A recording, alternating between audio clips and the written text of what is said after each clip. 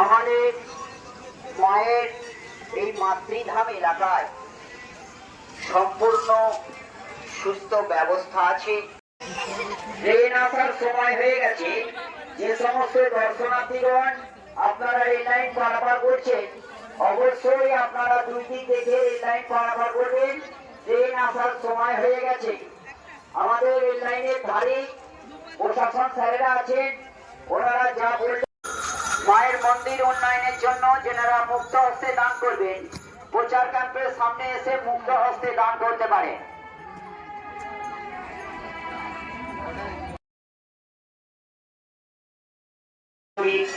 প্রীতি, শুভেচ্ছা ও ভালোবাসা আরো জানাই তাহাদের সকলের সুখ ও শান্তি সমৃদ্ধি প্রার্থনা করি।